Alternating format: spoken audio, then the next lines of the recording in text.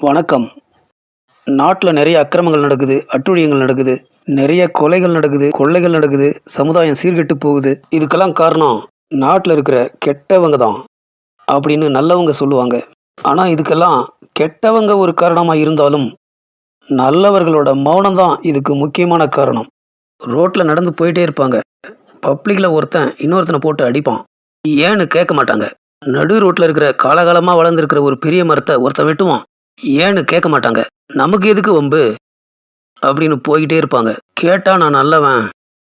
நான் உண்டு, என் வேலை உண்டுன்னு நான் போயிட்டுருக்கேன். யாரு வம்பு தும்புக்கும் நான் போறதில்ல. நான் நல்லவன், நல்லவனா வாழறேன்னு பெருமிதத்தோட சொல்லிக்குவாங்க. ஒரு காட்டுல காட்டுத் தீ பரவுது. எல்லா மரங்களையும், செடி கொடிகளையும் எரிச்சுக்கிட்டே போகுது. போகும்போது ஒரு சந்தன மரத்துக்கிட்ட போயி, ஆஹா!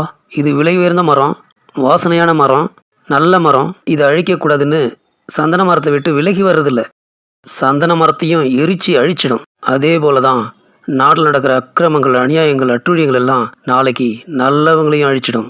அன்னைக்கு உங்களுக்காக யாரும் கேட்க மாட்டாங்க. ஏன்னா இருக்கிறவங்களாம் உங்கள மாதிரி நல்லவங்க தானே.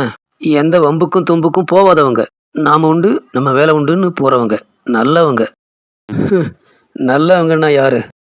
நம்ம கண்ணு முன்னாடி நடக்கிற அநியாயங்கள தட்டி கேட்டு, அடுத்த முறை அந்த அநியாயம் நடக்க விடாம குரல் கொடுக்கறவங்க தான் நல்லவங்க. நல்லவங்க விழிச்சிட்டு இருந்தா கெட்டது நடக்காது.